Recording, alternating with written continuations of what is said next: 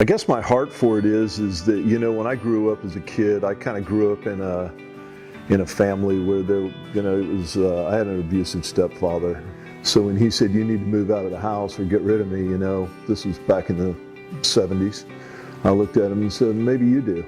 And so I kind of took over my house, and I guess as I grew up in that household and under those circumstances, I realized that my situation was very unique.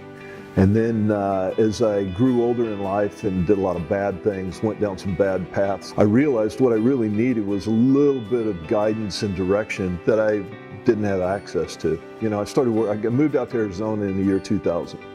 I started working with the kids over here at the Sunshine Acres group home.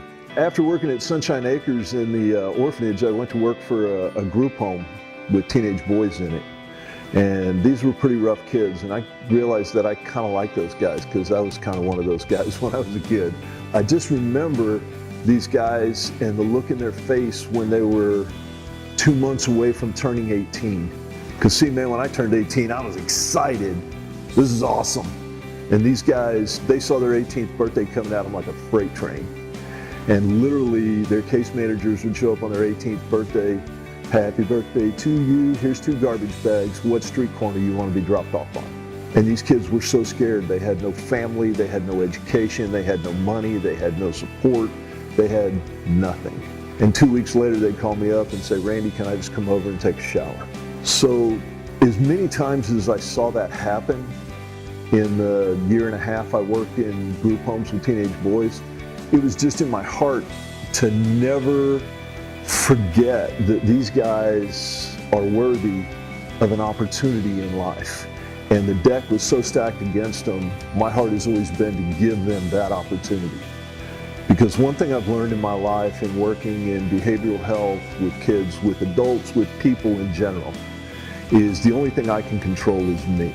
But I know this, the Bible says, raise up a child in the ways of the Lord, and it will never depart from him. So all these things that have been given to people, that have been taught to people over the course of their lives, at some point, those will come into play. What I want to see them do with their lives, the important thing is they're given the opportunity to make good choices, be productive members of society that fulfill their life's work. I believe everybody should have the opportunity at the pursuit of happiness. Our Constitution talks about that. Being a Christian man, I believe that faith is a big part of everybody's life, be it Christian, Muslim, Buddhist, whatever it is, Jewish. I believe that my position is to be the best I can be.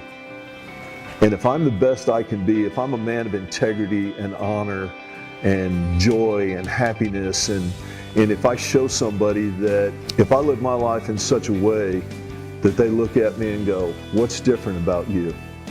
Then I have an opportunity to tell them, find a mentor, find somebody in your life, and be the gym rat who doesn't go home. Be the guy who hangs around and cleans up after everybody else is gone. Be that one. That's how you change your life.